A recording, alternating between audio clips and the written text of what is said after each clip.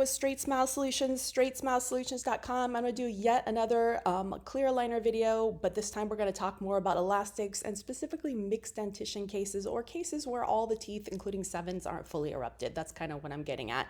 I'm still kind of calling that mixed dentition. And are elastics needed? Should you have elastics with these cases?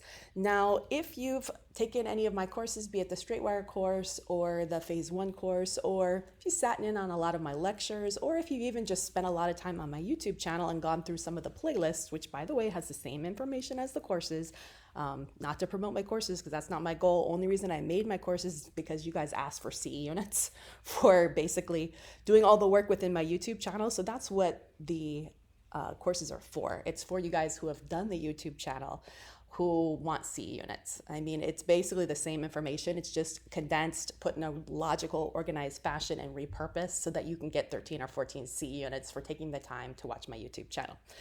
So I make the price as cheap as humanly possible that these companies will let me do it, since I have to pay for accreditation and the CE unit and the administration and all that. Anyways, so I'm assuming if you're listening to this video, you've already taken one of my courses and or you've fully gone through my Straightwire playlist, my Invisalign playlist, and or my Phase 1 playlist, because I'll be referencing certain videos that I teach you guys in those playlists. So first of all, I want to make sure before you listen to this video that you've gone through my green, yellow, and red case selection videos. If you haven't watched those, hit pause on this video, go to my YouTube channel, which is Straightsmile Solutions, and put in the keywords green, yellow, and red separately, and watch those videos on case selection. Those are going to be important. So let's start there. So I'm assuming you've watched those videos and you know what a green case is. If you're only doing green cases, this doesn't apply because green cases do not need elastics. If you're getting into the yellow cases or even the red cases, hopefully not, sometimes you're going to need elastics. But again, I always recommend if you're going to do yellow or red aligner cases that you need to be Straightwire certified first. I'm not saying you need a certification, but you need to be trained up in Straightwire. I'm not even saying you have to do any Straightwire cases. I don't care if you do braces or not, but you need to understand braces, because there's no way that you're going to be able to understand clear aligners if you don't understand the fundamentals of braces. Other option is you get a cheap braces book. I've actually put them on my website. If you go to Straightsmile Solutions and go to store, you will see products we recommend. It'll take you to our Amazon store, and there's products for doctors. From there, you'll see a couple textbooks that I recommend. Get them used. Get the Graber used. I like Graber best. Just get a used copy. It's not like a couple $100s, and just read it, because that is just like basic. I mean, obviously my videos are helpful, but anything in YouTube is going to be in a funky order.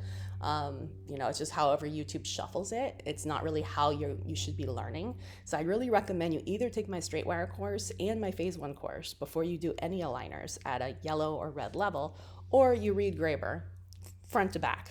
You'll get it. I mean, I read this when I was like 22, before I was ever an orthodontist, and I knew nothing about teeth, and it made sense to me. So it should be able to make sense to you.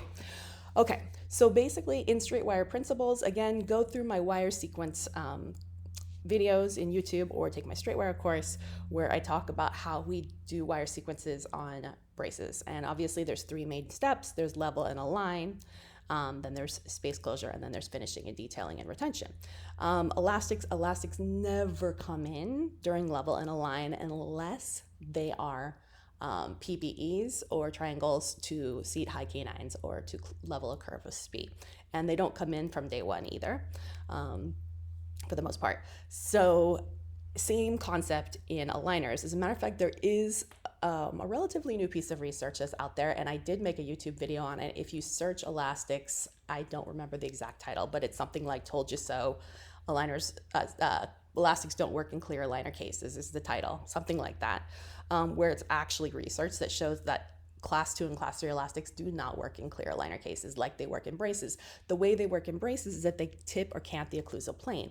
When you are in mixed dentition, or when you have a growing child, I'm assuming if we're in mixed dentition, we have a growing child, the right way to fix an AP or a sagittal discrepancy is to do growth modification. Obviously, you have to find the source of it. Is it a small maxilla? Is it a small mandible? Is it a big mandible? And to do growth modification. Now, can we modify a big mandible? No, but we can modify a small maxilla and a small mandible. And a lot of times, if we have a big mandible, we're still going to grow the maxilla to even up with it or expand it. And sometimes when you expand it, it pops forward. So we don't do elastics until after level in the line is done. And we use growth modification in order to fix AP discrepancies. So that's why you should never ever have elastics on a first Clin Check. First of all, the more forces you have going on. I mean, they're doing all kind of things wrong here. First of all, this is starting off with an anterior open bite. You've got crowding. All this is going to do is make the anterior open bite worse, because we're going to be basically flaring the top teeth. That's how elastics work. They're going to cant the occlusal plane. They're going to flare the top teeth forward. That's going to make the anterior open bite worse. So anytime you use elastics, you have to be thinking, what are the side effects of my elastics? For every action, there's an equal and opposite reaction, right? So you want to try to keep your aligners just like you do braces. First set of aligners. That's why we have refinements. You should do things in stages, especially if there's bite issues.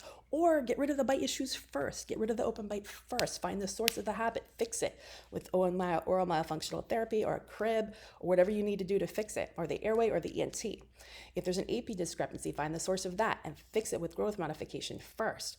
If there's a transverse discrepancy, fix that first with an expander. Then you go into your aligners to finish the case. It's going to make it way faster, way easier, and a way better outcome.